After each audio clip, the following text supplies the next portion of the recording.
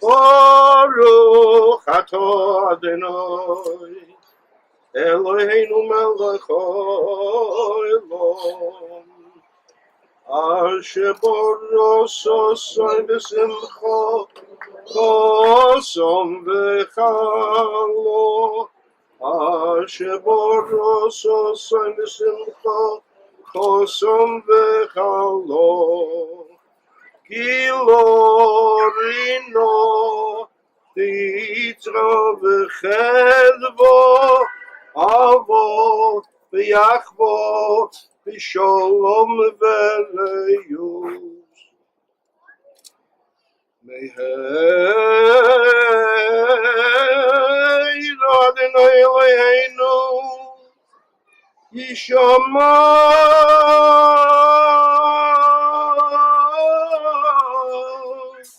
V'yorei Yehuda U'chutzos Yerushalayim Kol Sosoin V'kol Simcha Kol Choson V'kol Kalo Kol Mitzalos Chasanim Mechuposom Uniyorim Mishtei Neginosom Baruch atah Adonai Yisameach Choson Im Hakalo. Amen.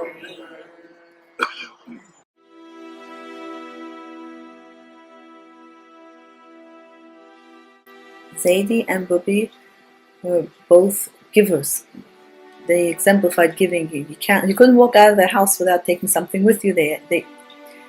You felt like you were doing them a favor by taking something. They had to always give something to everyone. They enjoyed it so much, whether it was taking me to the Baba many times so that I could see how you have to give and give, even if she didn't know the difference, she didn't understand what was going on.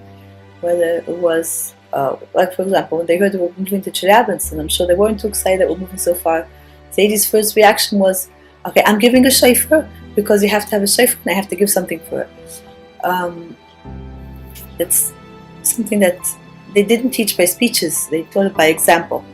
Anybody who went to Bobby and Zaidy, you know that they're always giving you something. They had gloves that matched, they always something they would find that's to give. Throughout my childhood, Zaidy taught me all the life skills I needed to know, starting with the best table manners. Zaidy taught me how to cook. He taught me which is the best part of the chicken and the 2 delicious ways to eat challah.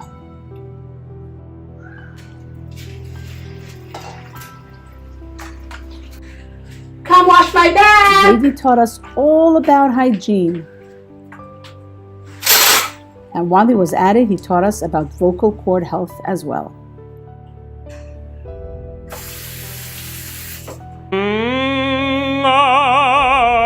Zaidy taught us how to dress, how to lock the blankets at night, and the science of raccoon and mice. Zaidy taught us to have a great sense of humor, and of course he taught me how to survive the Florida heat. So to you, Bubby and Zaidy, I say, I don't like you, I don't love you, I poop you. Remembering Zaidy, I always recall whenever I would be with him, he'd be always so proud and he would show us off. This is my Eineklach from Italy, the Shluchim in Italy. He would be so proud and of this concept. I also always remember going to his house. He'd be learning a sefer. He was a true model of a real Yireh Shamayim Dikiyid. And Bubby always having her frumkeit, just an amazing couple, and we miss them really dearly. An amazing concept that we find by Bubby and Zaidy is that their children and also by their grandchildren, there's a tremendous amount of achdus that exists between the families. This is something that is obviously credit to Bibi and Zaidy, ensuring that there should be always a peaceful environment. We, the Borensteins, we hope and we daven that we as well can continue that tradition and have achdus in our family and bring much nachas to Bibi and Zaidy. I recall numerous times Bibi and Zaidy would come and take us to Marcy's, a clothing store, I believe in Borough Park, and the suits weren't cheap. I recall she would make sure that we got tailored and fit. It was a beautiful suit, and she wanted us to look good. She cared for us. Bibi and Zaidy were the best Bibi and Zaidy anyone could wish to have. I remember as a kid we used to come to New York. They were waiting for us in the JFK with a little bag of the candy with the candy corn and all the other candy inside. And they took very good care of us as Bibi and Zaidy. They used to buy me suits when I needed. We used to go visit them a lot. And even when I got older, every single one of my kids' birthdays, Bibi always remembered to call me. Even when the kid was a 1-year-old, first birthday, second birthday, she always called me. I always wished every kid a happy birthday. I hope to be as good as Zaidy for my grandchildren as Zaidy was to me. Always caring, always get their kids. And we missed them a lot, and we loved them. Have a lot of good memories of Bibi and Zaidy. It's hard for me to pinpoint just one to talk about. But I think it's a big schus that they left such a large family, and that they have grandchildren and great-grandchildren all over the world, shluchim of the Rebbe. Now, that's amazing, a very big schus. When Batya was born, the first person I wanted to tell was obviously Bibi and Zaidy. So we called them, we had to wait till Matzah Yanteh. And Bibi was very excited, she was all wishing me mal tov and everything. Before she hung up, she told me something. She said, "Surely remember, being a parent is about giving 100% of you 100% of the time."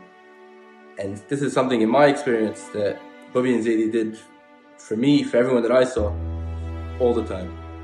Hello, my favorite memory of Bibi and Zaidy is definitely them picking us up from the airport when we'd stay in their house, coming from Italy, and they would have all these little white bags filled with nash, and they would wait for us in the airport. We'd go around looking for them. Sometimes they were sitting in a seat and we couldn't find them. They always came their way before we landed, and they would meet us and they would get on, and then we'd have these little bags and we'd go sleep on their blue chairs. And the blow-up mattress that fell on the floor. And one of the reasons, I suppose, that we are here now is because when we moved to Australia, Bibi said to me, "I don't care where you live, but when there's simcha, you make sure to come in. I don't want any excuses from you. You come in whenever there's a simcha." So we listened to her, and we're here, and we miss them very much. Mazel tov to Tati, Mommy, Shamber, Sarah, and the whole family.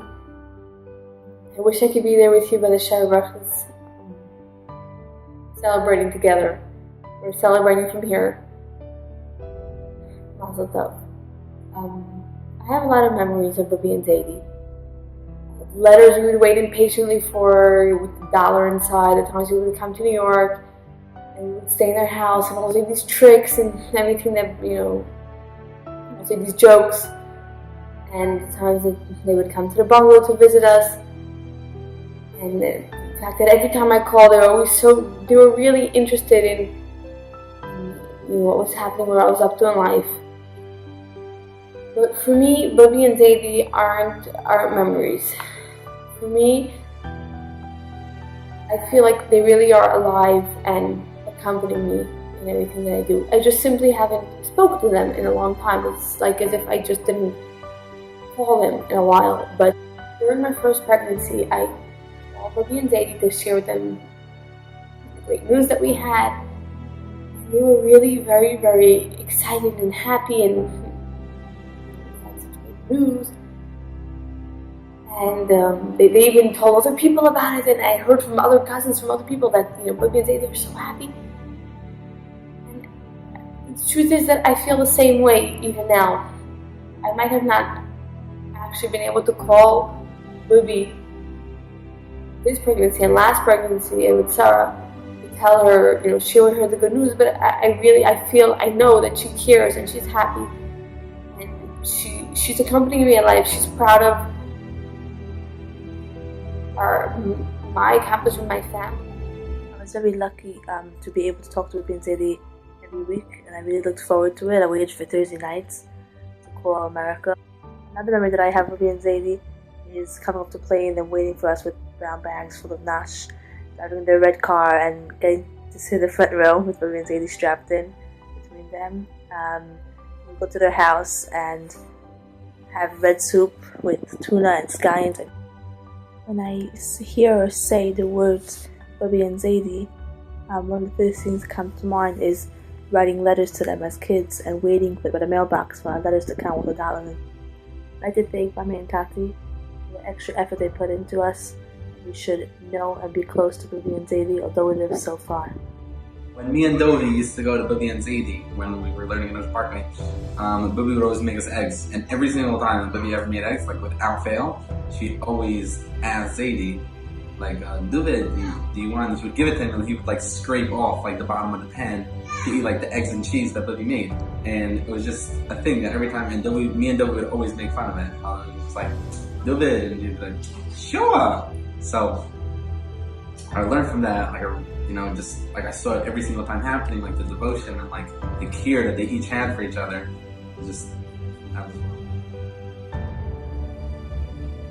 The Gemara says, Chaval al da avdin v'loy mishtakchin, where Hashem said, how sad it is that Avraham, Yitzchak, and Yaakov passed away, and it's hard to replace them, people with such emunah in Hashem. We truly feel that verse also describes Ruby and Zaidy. For us Borensteins, I'm sure I could speak for all my siblings, being that we were far away from home, Ruby and Zaidy treated us as if we were their own kids.